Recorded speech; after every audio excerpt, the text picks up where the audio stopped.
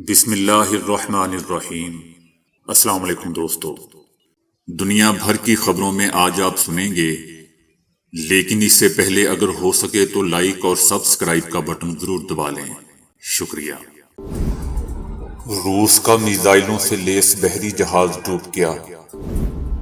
لڑکیوں کی تعلیم پر پابندی سے کچھ طالبان ناخوش۔ سویڈن اور فن لینڈ نیٹو میں شامل ہوئے تو جوہری ہتھیار نصب کر دیں گے۔ روس۔ تاریخ رقم ہو گئی، مسلمان فٹ بالر کے لیے جاری میچ روک دیا گیا۔ اللہ کے سامنے جھکنے والوں کو غلام نہیں بننے دیں گے، وزیر اعظم عمران خان۔ مسلم لیگ نون کا برطانیہ میں وزیر اعظم عمران خان کے صاحبزادوں کے سامنے احتجاج۔ تحریک عدم اعتماد کی کہانی سامنے آ گئی۔ 57 اسلامی ممالک میں سے صرف ترکی کا شہباز شریف کو مبارکباد۔ 9 عمر طالب علم کی اپنی دانتوں سے بوتل کھولنے کی کوشش، نتیجہ کیا نکلا؟ تو آئیے چلتے ہیں اب خبروں کی تفصیل کی جانب۔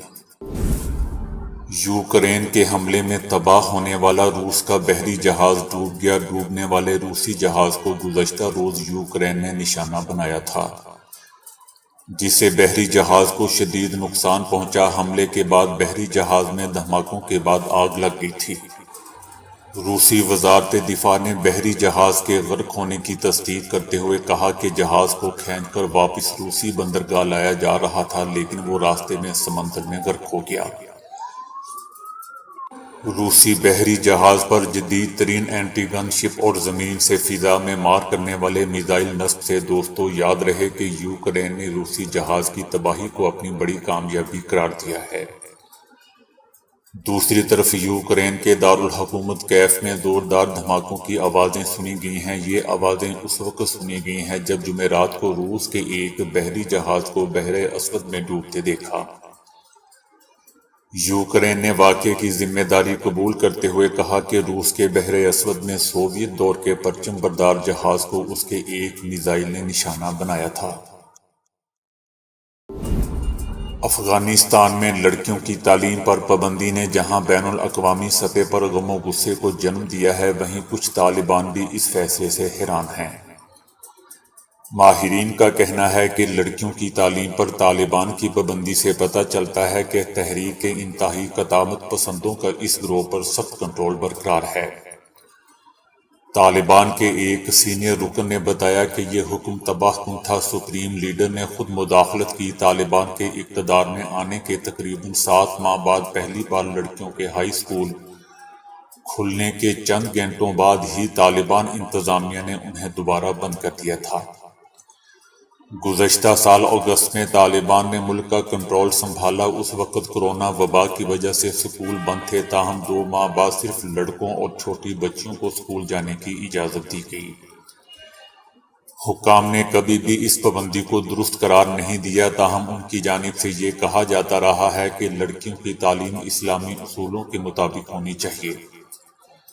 ایک سینئر طالبان عہدیدار نے بتایا کہ سپریم لیڈر ہیبت اللہ اور کچھ دیگر سینئر شخصیات اس معاملے پر انتہائی سخت موقف رکھتے ہیں۔ اس تحریک میں 2 گروہ معتدل اور انتہائی قدامت پسند سامنے آئے ہیں۔ انتہائی قدامت پسندوں نے یہ راؤنڈ جیت لیا ہے۔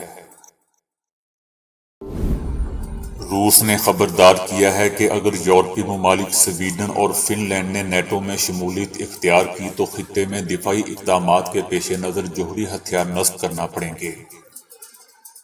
اسے بحر بالٹک میں اپنی بری، بحری اور فضائی افواج کو مضبوط کرنا پڑے گا۔ دوستو یاد رہے کہ فن لینڈ اور سویڈن نے نیٹو اتحاد میں شامل ہونے کا اشارہ دیا ہے۔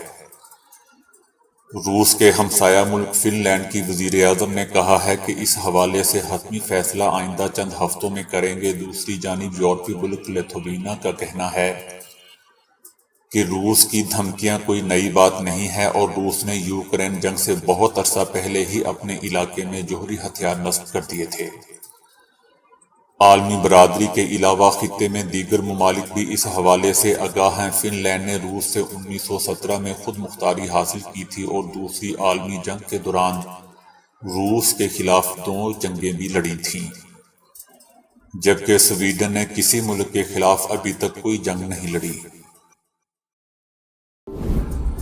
روزہ دار مسلمان فٹ بالر کے روزہ کھولنے کے لیے جاری میچ روک دیا گیا۔ تاریخ میں اپنی نوعیت کا یہ پہلا واقعہ جرمن فٹ بال لیگ میں پیش آیا ہے۔ اپنی نوعیت کا پہلا واقعہ اس وقت پیش آیا جب جرمن فٹ بال لیگ میں آکسبرگ اور مینس کے درمیان جاری میچ کو 65ویں منٹ میں روک دیا گیا۔ جاری میچ 65ویں منٹ میں ریفری متھیاس جولن نے روکا تھا اور اس کا مقصد مینس ٹیم کے روزہ دار کھلاڑی موسیٰ نیاختے کو روزہ افطار کرنے کے لیے وقت دینا تھا۔ کیونکہ افطار کا وقت ہو چکا تھا، کھلاڑی موسیٰ کو ٹیم کے گول کیپر نے پانی اور جوس کی بوتلیں لا کر دی، جس سے مسلم فٹ بالر نے روزہ افطار کیا اور پھر میچ دوبارہ شروع ہو گیا۔ موسیٰ تاریخ کے پہلے کھلاڑی ہیں جنہوں نے دوران میچ روزہ افطار کیا اور اس مقصد کے لیے جاری میچ بھی ریفری نے روکا۔ جمعیت علماء اسلام شیرانی گروپ کے سربراہ مولانا خان محمد شیرانی نے وزیر اعظم عمران خان سے خصوصی ملاقات کی ہے۔ ملاقات میں مولانا محمد خان شیرانی نے اسلامو فوبیا اور پاکستان کی آزادی اور خود مختاری کے تحفظ کے حوالے سے وزیر اعظم عمران خان کی کاوشوں کو زبردست تحسین پیش کیا۔ ان کا کہنا تھا کہ وزیر اعظم عمران خان کا تصور ریاست مدینہ اور اس کے قیام کے لیے کوششوں کو قدر کی نگاہ سے دیکھتے ہیں۔ آزادی اور خود مختاری کا علم بلند کرنے والوں کے خلاف سامراج نے ہمیشہ سازش رچائی ہے۔ ضمیر فروش اور ملت فروش گروہ سے نہیں، حب رسول اکرم صلی اللہ علیہ وآلہ وسلم سے سرشار رہنما سے نسبت چاہتا ہوں۔ ملک اور ملت کی سربلندی کی تحریک میں وزیر اعظم عمران خان کے ساتھ مل کر اپنا حصہ ڈالیں گے۔ اس موقع پر وزیر اعظم عمران خان نے کہا کہ مولانا شیرانی کے غیر سگالی جذبات کا خیر مقدم کرتا ہوں۔ اللہ کے سامنے جھکنے والوں کو غلام بنانے کی کوشش کی جا رہی ہے۔ امریکی اشاروں پر متحرک کٹھ پتلیوں کو قوم کے مستقبل پر غلامی کی تاریکیاں طاری کرنے کی اجازت نہیں دیں گے۔ مسلم لیگ نون نے پاکستان تحریک انصاف کے چیئرمین وزیر اعظم عمران خان کی سابق اہلیہ جمائمہ گولڈ سمتھ کے گھر کے باہر احتجاجی مظاہرے کرنے کا اعلان کر دیا ہے، جہاں اس کے 3 بچے رہتے ہیں۔ اتوار کے روز مظاہرے کا اعلان کیا گیا ہے۔ دوستو، جمائمہ اور ان کے خاندان کا پاکستان کی سیاست سے کوئی لینا دینا نہیں ہے۔ لیگی کارکنوں کو بنی گالہ کے باہر احتجاج کرنا چاہیے۔ دوسری طرف جمائمہ کا کہنا ہے کہ میرے گھر کے باہر مظاہرے ہو رہے ہیں، میرے بچوں کو نشانہ بنایا جا رہا ہے۔ ان کا کہنا تھا کہ ایسا لگتا ہے جیسے 90 کی دہائی کا لاہور واپس آ گیا ہو۔ عابد شیر علی نے اپنے ٹویٹ میں ایک اشتہار بھی شائع کیا ہے جس میں عمران خان کے خلاف جمائمہ خان کے گھر کے باہر احتجاج کی تاریخ اور تفصیل درج ہے۔ جمائمہ کا کہنا ہے کہ میرا پاکستان کی سیاست کے ساتھ کوئی تعلق نہیں ہے اور نہ ہی میرے بچوں کا۔ میرے بچے تو ابھی کم عمر ہیں اور وہ سوشل میڈیا پر بھی نہیں ہیں۔ 12 فروری 2022 کو جب لاہور میں پی ڈی ایم کے ایک اجلاس کے بعد مولانا فضل الرحمان نے بتایا کہ اتحاد میں شامل تمام سیاسی جماعتوں نے وزیر اعظم عمران خان کی حکومت کے خلاف تحریک اپنے اعتماد لانے کا متفقہ طور پر فیصلہ کیا ہے، تو بہت کم لوگوں کو یقین تھا کہ اگلے 2 ماہ سے بھی کم عرصے میں یہ تحریک کامیابی سے ہمکنار ہو جائے گی۔ لوگ یہ سمجھتے تھے کہ اپوزیشن کا یہ فیصلہ دانش مندانہ نہیں ہے کیونکہ اس کی کامیابی کے امکانات بہت ہی کم نظر آ رہے تھے، اور یہ بھی کہ اگر یہ ناکام ہوئی، جس کے امکانات زیادہ تھے، تو وزیر اعظم عمران خان پہلے سے زیادہ مضبوط بن کر ابھریں گے اور اپوزیشن پر کاری ضرب بھی لگائیں گے۔ یہی وجہ تھی کہ مولانا کے بیان کے بعد فواد چودھری نے اپوزیشن کو چیلنج کیا کہ اگر ہمت ہے تو تحریک عدم اعتماد لا کر دکھاؤ۔ وزیر اعظم عمران خان جلسوں میں کہتے رہے کہ میں خدا کا شکر ادا کرتا ہوں کہ اپوزیشن نے تحریک عدم اعتماد لانے کا فیصلہ کیا ہے، کیونکہ میں ایک عرصے سے اس کا خواہش مند تھا۔ تحریک عدم اعتماد پر وزیر اعظم عمران خان کے پر اعتماد رد عمل کی وجہ سے صاف نظر آ رہا تھا کہ اسے کسی طرف سے کوئی خسارہ محسوس نہیں ہو رہا تھا۔ اتحادی پارٹیاں پوری طرح ساتھ تھیں، اور جہاں تک اپوزیشن کا تعلق تھا، لانگ مارچ کی ناکامی اس کی کمزوری کو پوری طرح عیاں کر رہی تھی۔ عام تاثر یہی تھا کہ حکومت کے خلاف تحریک عدم اعتماد کی کامیابی کا بہت ہی کم امکان ہے، کیونکہ اس کو ناکام بنانے کے لیے اپوزیشن کے مقابلے میں حکومت کے پاس وسائل بہت زیادہ ہوتے ہیں۔ اگر 1999 میں بے نظیر بھٹو جیسی کمزور اور ناتجربہ کار حکومت تحریک عدم اعتماد کی مشترکہ کوششوں کو ناکام بنا سکتی تھی، تو وزیر اعظم عمران خان کی حکومت کو ایک ایسی اپوزیشن جو آپس ہی میں دست و گریباں تھی کیسے اقتدار سے باہر کر سکتی تھی؟ لیکن معلوم نہیں تھا کہ وزیر اعظم عمران خان کی حکومت کے مستقبل کا فیصلہ آسمانوں میں ہو چکا ہے، اور یہ کچھ ہی دیر کی بات ہے کہ اس کا بلو پرنٹ زمین پر آنے والا ہے۔ اپوزیشن نے حکومت کی کمزوریوں کا درست اندازہ لگاتے ہوئے دو طرفہ حکمت عملی پر عمل کیا۔ ایک طرف انہوں نے حکومت کی اتحادی جماعتوں مثلا مسلم لیگ کاف اور MQM کی حمایت حاصل کرنے کی کوششوں کا آغاز کیا، اور دوسری طرف پاکستان تحریک انصاف PTI کے منحرفین سے رابطوں کا سلسلہ بھی شروع کر دیا۔ اپوزیشن کی یہ سرگرمیاں خفیہ تھی۔ مسلم لیگ نون خود گجرات کے چودھریوں کی لاہور رہائش گاہ پر مسلم لیگ کاف کی قیادت سے ملنے گئی، اور سندھ میں پیپلز پارٹی نے MQM کے تمام مطالبات کو تسلیم کرنے کی پیشکش کر کے اسے اپنے ساتھ ملانے کی کوشش کی۔ اس کے مقابلے میں حکومت اسی مغالطے میں مبتلا رہی کہ اس کی دو بڑی اتحادی یعنی پنجاب میں مسلم لیگ کاف اور کراچی میں MQM کی PTI حکومت کا ساتھ چھوڑنے کا کوئی امکان نہیں ہے۔ اسی وجہ سے وزیر اعظم عمران خان کی حکومت نے ان دونوں پارٹیوں کی وفاداریوں کو تبدیل کرنے کی کوششوں کے کسی مؤثر توڑ کا انتظام نہیں کیا۔ دوسری طرف اپوزیشن نے PTI کے منحرفین پر فوکس کر کے ان کی حمایت کو یقینی بنا لیا۔ PTI اندر سے کھوکھلی ہو کر ڈھیر ہو رہی تھی۔ PTI کے منحرفین کی تعداد میں اضافہ ہوتا گیا، اور پنجاب میں پارٹی کے دو گروپ یعنی جہانگیر ترین گروپ اور علیم گروپ کی جانب سے حکومت کا ساتھ چھوڑنے کے اندیے ملنے لگے۔ آخری وقت پر مسلم لیگ کاف نے حکومت کا ساتھ دینے کا اعلان کر دیا، مگر اس کے فوراً بعد TPP اور MQM کے درمیان سمجھوتے پر دستخط نے اپوزیشن کا پلڑا بھاری کر دیا۔ تحریک عدم اعتماد کو فیصلہ کن مرحلے تک لے جانے میں PTI کے اندر سے بغاوت نے کلیدی کردار ادا کیا۔ اگر PTI کے ارکان قومی اسمبلی کی ایک بڑی تعداد اپنی مرکزی قیادت کے خلاف بغاوت کر کے اپوزیشن کا ساتھ دینے کا اعلان نہ کرتی، تو تحریک عدم اعتماد کا جہاز ٹیک آف نہیں کر سکتا تھا۔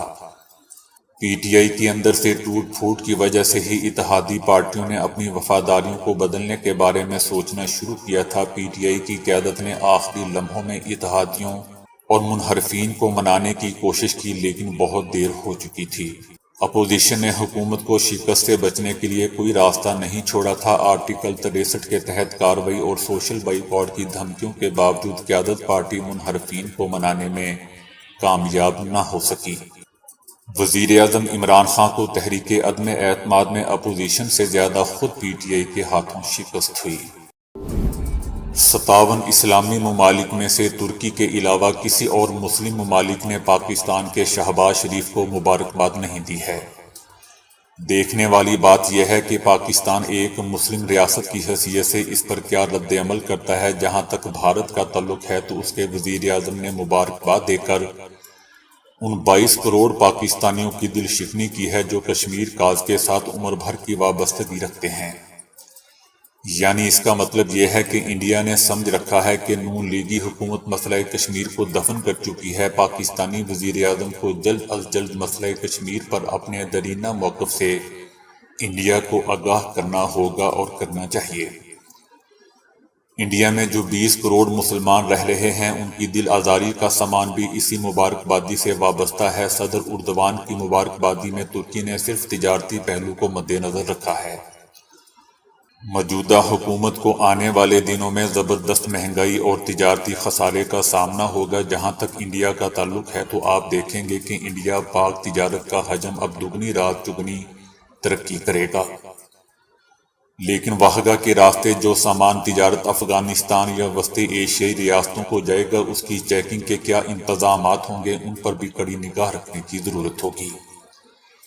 ایک اور ضرورت جو پاکستان کو اب زیادہ شدت سے محسوس ہوگی وہ اپنے میڈیا کی آزادی ہے۔ حکومت وقت کو اپنے چہیتے میڈیا چینلوں کو چالو رکھنے کے لیے جو سرمایہ درکار ہوگا اس کا بندوبست صرف کمرشلز ہی نہیں کر سکیں گے۔ وزیر اعظم عمران خان کا عوامی خطاب کوئی لچھے دار تقریر نہیں ہوتی بلکہ ایک ایسا سادہ اور آسان فہم لیکچر ہوتا ہے جو ہر مزدور، کلرک، آفیسر اور جوان کی سمجھ میں آ جاتا ہے۔ اگر ادارے نیوٹرل رہے تو الیکشن 3 مہینوں میں ہو جائیں گے۔ اگر موجودہ حکومت نے جلد کوئی انقلابی قدم نہ اٹھایا تو وزیر اعظم عمران خان کو دوبارہ اقتدار میں آنے سے روکنا بہت مشکل ہوگا۔ ہمارے ہاں بھی دانتوں سے بوتل کھولنے کا رواج بہت پایا جاتا ہے، تاہم کم عمر بچوں کو اس حرکت سے دور ہی رہنا چاہیے، ورنہ ان کی حالت بھی اس ننھے امریکی طالب علم جیسی ہو سکتی ہے جس کی جان بال بال بچی۔ 9 سالہ رابرٹ نے کلاس روم میں دانتوں سے بوتل کھولنے کی کوشش کی۔ اس کوشش میں بوتل کا ڈھکن رابرٹ کے حلق میں جا کر پھنس گیا اور اس کا سانس رک گیا۔ ڈھکن پھنس جانے پر رابرٹ اپنی جگہ سے اٹھا اور دوڑ کر باہر جانے کی کوشش کی لیکن اس میں ناکام رہا اور سامنے کھڑی اپنی ٹیچر کے ساتھ ٹکرا کر گر گیا۔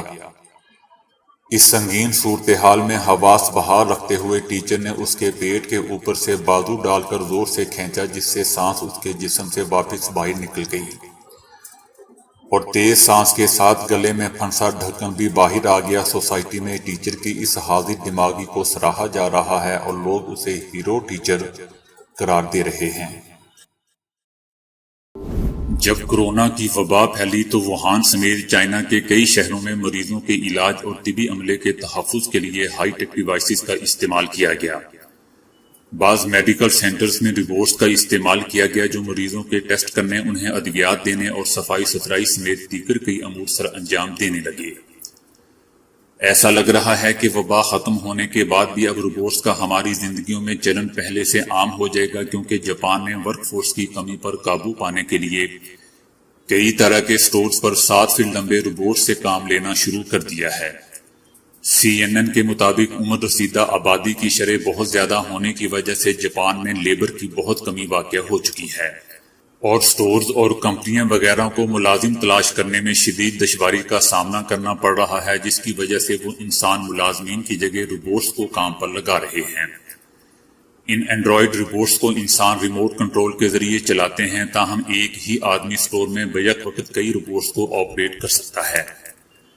دوستو، یہ روبوٹس بھاری اشیاء اٹھانے، انہیں ایک سے دوسری جگہ لے جانے اور ترتیب سے رکھنے سمیت کئی کام کر سکتے ہیں۔ چاند کی پیدائش سے لے کر 14ویں کے چاند بننے تک کا دورانیہ بالخصوص مردوں کی نیند پر اثر انداز ہو سکتا ہے، تاہم اس کا اثر خواتین پر کم ہی ہوتا ہے۔